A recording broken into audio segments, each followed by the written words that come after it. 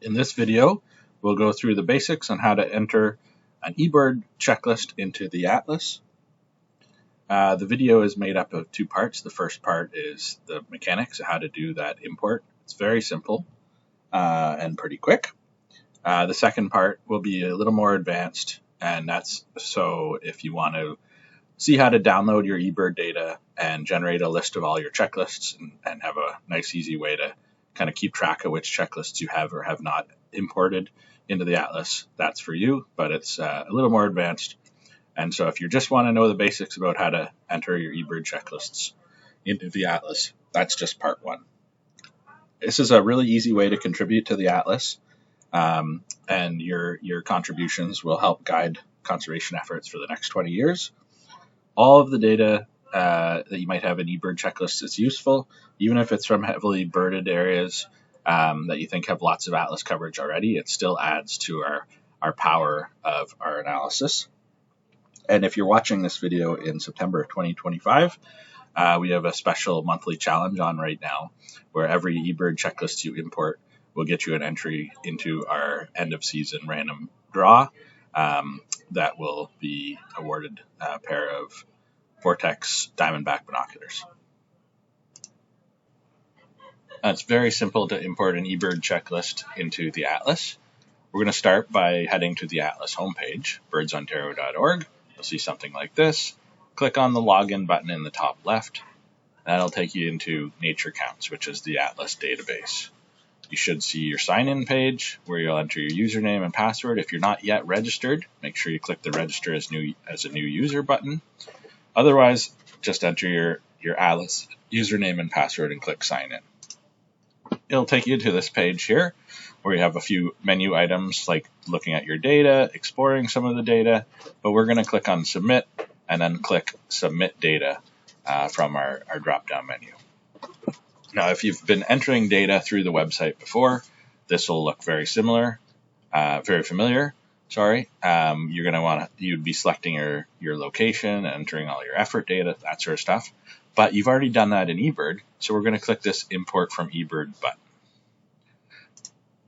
Now, in my case, I've already got my eBird login signed in, so it's already filled in, and it's just asking for a checklist ID. The very first time you do this, you're going to see a screen like this, where you need to enter your eBird login, your eBird password, because it needs to connect your two accounts. A little handy trick is to click the Save My eBird login in my profile the first time you do this, and then that way it just saves it, and you don't have to enter your login for eBird every single checklist. So we're going back to mine. We're logged in already. We need our checklist ID from eBird. So I'm going to head over to eBird. I'm going to click on My eBird, and that'll take me, and it'll show me my most recent checklists there. If the checklist you want to import is one of those, perfect. Just click the link, and it'll take you to the checklist page. But if not, you can click View All. That'll take you to all your checklists in your eBird account. You can find the one you want. You can use time period.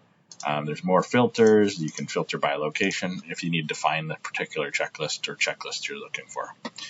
In my case, for right now, let's start with this checklist here, the July 9th, 2025 checklist. I'm going to click on that. I see my checklist, got my track log. Perfect. And what I need is the checklist ID. So up at the top of the checklist, there's a eBird Canada checklist, and then there's a number that starts with an S. I don't know, it's like 10 or 12 numbers long, but it starts with an S. That's your checklist ID. So you can select it there and right-click on your mouse and click Copy. You can also grab it from the URL right up here. The address of the checklist will end with the checklist ID, so you can select it from there as well. I'll do that. Okay, we've selected our eBird checklist, and now we're going to paste it in here, the checklist ID. I can right-click and click Paste. You could also use Control-V on your keyboard. Paste. There we go. And click Import from eBird. Depending on how many people are doing this and all sorts of things, it could take a few seconds. Usually it's pretty quick. There we go. Okay, so as you can see, this looks like things are working the way they're supposed to, We can actually zoom in and see our track log. We see the atlas square that this track log falls in. It has grabbed all the information from the eBird checklist, so we have a site name that came from the eBird checklist. We've already decided it's a traveling count. That comes from eBird as well. The date, the time, the duration, number of observers, distance, whether or not it's a complete checklist. That's all filled in. So this part, you just want to have a quick look, make sure everything looks correct. It should. Click continue. And now we're on to the fun part, the species list. Again, it should have copied all the information straight from your eBird checklist. So you want to give it a quick look. I like to click the only show species with data button. That'll give me just what was actually reported. I see my list. It should have brought in everything. Perfect. It looks good. If there was any comments in your checklist, it'll be there as well. So I'm going to click submit. Everything looks good. There we go. My eBird checklist has been successfully brought in to NatureCounts to the atlas, and now we're contributing that data into the atlas. Let's try another one. I'm going to start a new checklist. Click that import from eBird button again. I'm going to go back to my list of eBird checklists, and this time I'm going to try, let's try this August 19th one. Okay, so I'm going to select the checklist ID, copy it, head back over to NatureCounts, paste that in. This time I used my keyboard, Control V, import.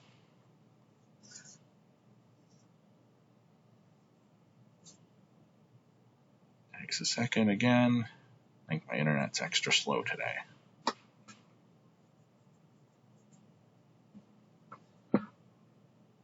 That's working. There we go. Okay, so this time it says we've got some errors. So there's some errors. Trying to save your data form. Please ensure you correct all the errors and try to save the form again. So it says the coordinates of your location or your track fall outside the atlas square. This list may not be suitable for the atlas. Please correct the location or delete the checklist.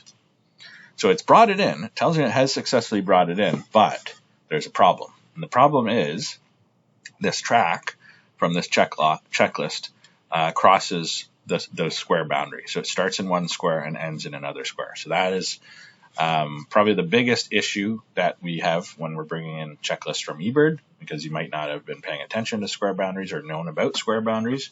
So sometimes those checklists, if that's the case, they're just not suitable for the atlas. We need the checklist to stay within one atlas square.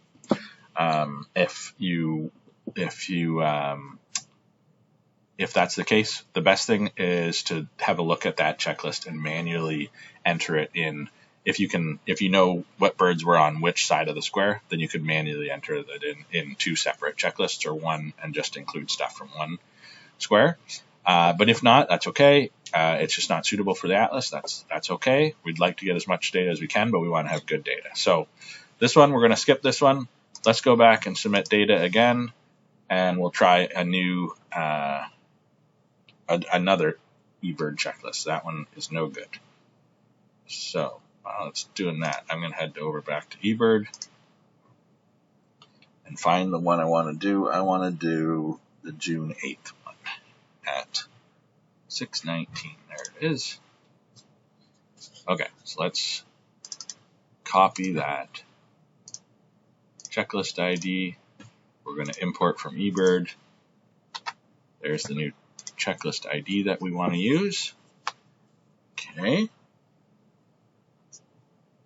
Processing here.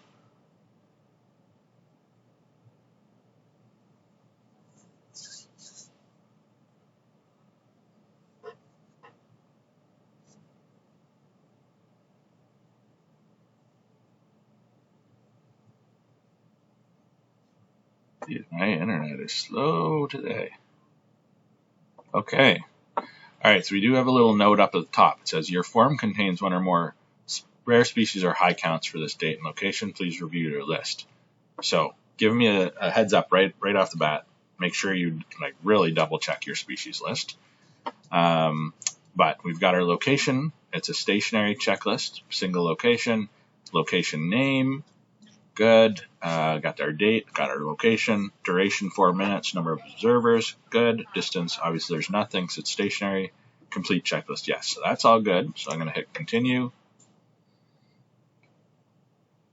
And then this is where it said make sure you double check this. So only show species with data. Okay, anything. Okay, so this one is coming up as rare. That's why it's got this little exclamation point and the rare button here. So we want to click add details. Now in this case, I already actually did add details in the eBird checklist because it was also flagged as a rare species in eBird. So my details have been copied across, so I don't need to add anything else. Note that I do have an audio recording for this one, and I've uploaded it to my eBird checklist. So I added a note here that says the audio recording was made and it was uploaded to eBird checklist. So when the Atlas data reviewers go through, they'll see that note and they can refer back to the eBird checklist to see that recording, or if it was a photo, I could add there. This is where you can also add coordinates. It's not so important on a stationary checklist like this, but if it was a traveling checklist, it's very helpful for these rare species. If you can click that and then zoom in on the map, you can switch to satellite view and click a point where exactly where that rare species was. That's very helpful for us when we're doing our conservation work with the Atlas. Okay, so we've got that was flagged for details. We've added our details. I'm going to click submit. Now it'll double check. It'll ask you any flagged species. It'll ask you to just double check. So I'm going to check yes. I'm confirming that and hit submit. And there we go. That eBird checklist has also been entered. Now, you'll notice that the checklist says it's been shared with eBird now, and I can click that link. It'll take me back to the eBird page. And what's really handy is if we go back to the original, this is what it looked like when I grabbed it. Under the checklist comments, it doesn't say a whole lot. But now, when I open that checklist up again, it's actually written to the checklist that this is part of NatureCounts Breeding Bird Atlas. So it's kind of a nice handy flag for me to know that I have indeed imported this checklist already. Now this happens automatically if you have a particular setting set. So I'm going to quick show you that setting, and then we can move on to the part 2 of this tutorial. So under my username, I'm going to click on profile. And I'm going to scroll down. There's a section here called eBird exports. And there we see that's where I've got my eBird login and password saved. But I've got this automatically push your NatureCounts data to eBird after entry option selected. So this is really handy. If you have this as yes, then it will write any changes that you make to your NatureCounts checklist. So say you were adding breeding evidence codes or adding notes, it will send that information back to eBird when you save your NatureCounts version of the checklist, when you save your Atlas checklist. And it's the same with that checklist comments where it adds the Breeding Bird Atlas note. You need this to be clicked yes. So this is very handy if you're doing this back and forth. Even if you're entering through eBird and then bringing it into NatureCounts, it's handy to have this clicked as yes so that it'll add that note for you. It's also handy in that case when you're making updates to the checklist, so you have both checklists kind of synced up. But it's extra handy too if you're entering your data straight in NatureCounts. It'll actually create a whole new checklist for you if it's a new checklist in eBird. So you can actually get away with just entering it in one place if you want to save yourself some time. Now it's very important if you were to change this from no to yes or yes to no, or update your password or your login, you need to click this update button here. There's a save settings down here. That's for the rest of your profile, but for the eBird stuff, you need to click this update button. Alrighty, so that's a real quick walkthrough on how easy it is to import an eBird checklist to the Atlas. Okay, so for this part, I wanted to show you how you can go into eBird and make yourself a list of all your checklists, just to keep things a little more organized. If you've got a lot of checklists, it's easier to do it this way, so you can keep track of which ones you want to import, which ones you have already imported, and which ones maybe you want to skip. So this is a little more advanced. You do not need to do this, but if you've got a lot of checklists, it is handy. It requires you to download your eBird data and then do a bit of work in Excel or some other spreadsheet program to kind of simplify and create a list of all your checklists from within the Atlas period. So more advanced, do not feel like you need to do it, but if you are interested in this path, then keep watching. So I'm starting on my eBird homepage here. I'm going to click on my eBird because I want to download my data. So you click on my eBird, you scroll down on bottom left, just above sign out, there's a download my data button.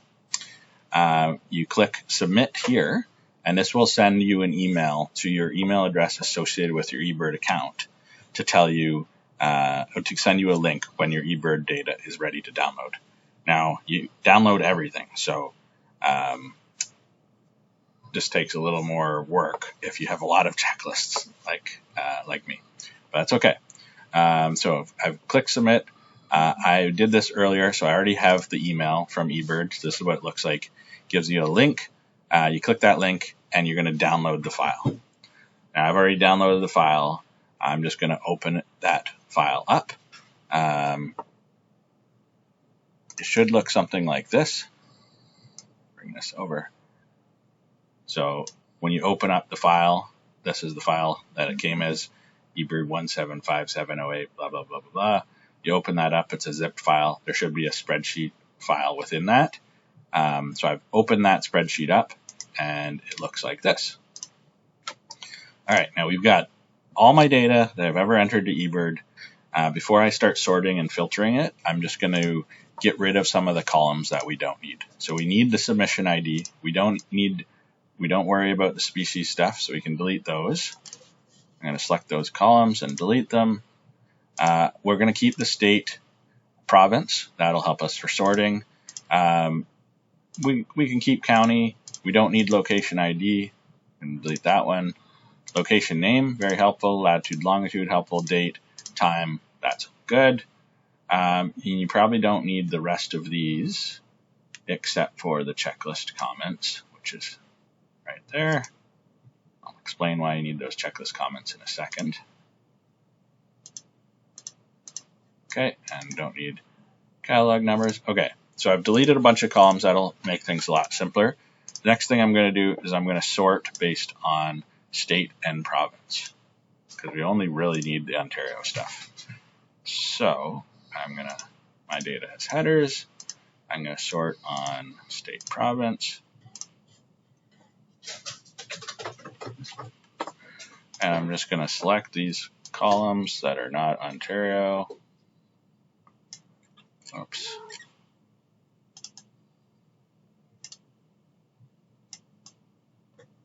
There's lots of ways to do this. I'm doing it the way I like to do it. You can do it however you want. There we go. So I'm going to delete those. Oh, I missed one. Get rid of that one. Okay, and then just go down to the bottom, get rid of the stuff. It's not Ontario down there.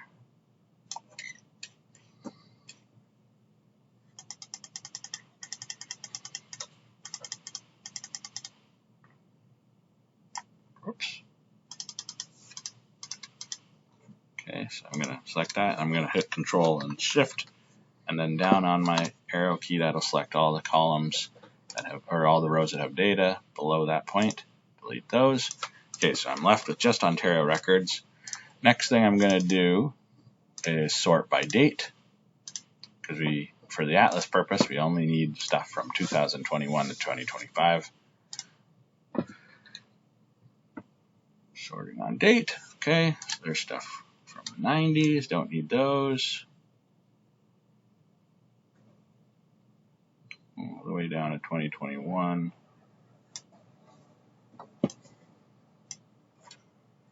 Okay, there's my last one from 2020. Select those columns and delete them. Okay, so now I have just data from during the Atlas period in Ontario. The next thing is I'm going to delete, there's rows for every single species on every checklist, so we only need one row per checklist. So I'm going to select all my data, and I'm going to use the remove duplicates option. My data has header rows, and we're going to do duplicates based on submission ID. So you can uncheck everything, unselect all, just submission ID. Okay, and there we go. So 300,000 duplicate values were found. I have 7,292 unique values left. So that is now I have one row per checklist. That's within, I have one row for each checklist and the submission ID. So now I am ready to go. I have all my checklist IDs ready to go.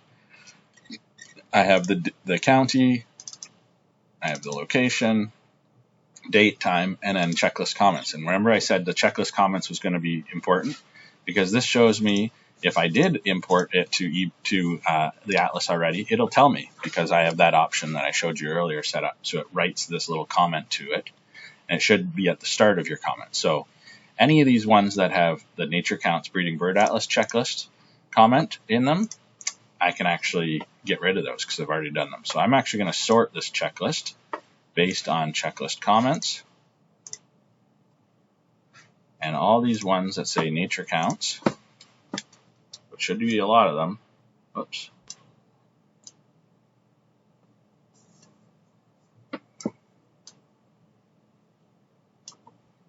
All these NatureCounts ones, I can delete from this list.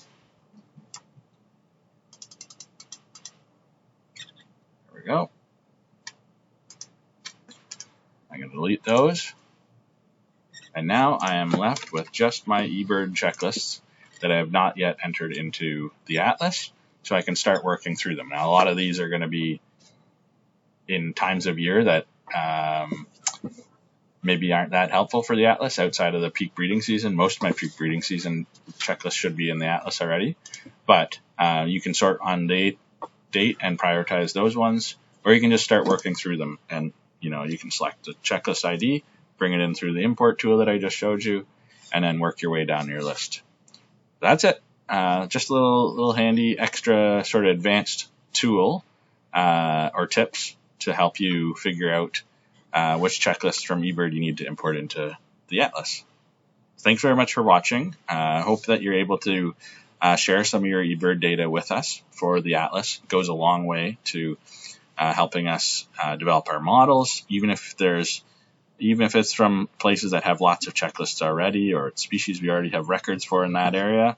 Every checklist adds to the power of our analysis and helps us come up with stronger results that will help guide bird conservation efforts here in Ontario for the next 20 years.